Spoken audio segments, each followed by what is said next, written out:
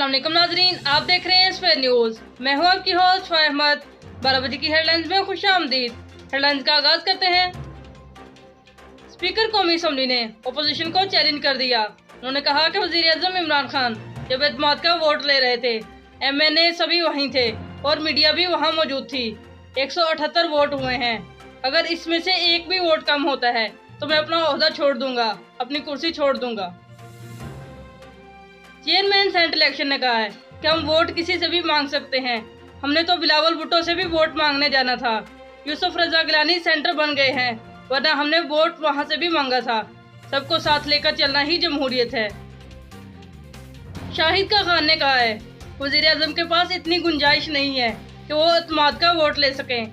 यूसुफ रजा गिलानी के साथ जितने भी लोग थे, वजीर आजम ने इनको तोड़ने की कोशिश की है। PTM का इजलास कल इस्लामाबाद में हुआ, जिसमें लॉन्ग मार्च की तैयारियों के हवाले से मुशावरत की गई और आगे के लाहे अमल के बारे में भी सोचा गया। वज़ीर आज़म की ज़ेर सदारत में आज इस्लामाबाद में काबीना का इजलास होगा। इसमें मुल्क की तारीख और सतह पर बातचीत की जाएगी और लॉन्ग मार्च हवाले से भी बातचीत की जाएगी। मुल्क में 24 घंटों के अंदर 46 अफराद इंतकाल कर गए। कोरोना की शरह फिर से बढ़ने लगी। मुस्बत केसेस की शरह 4.2 तक पहुंच गई।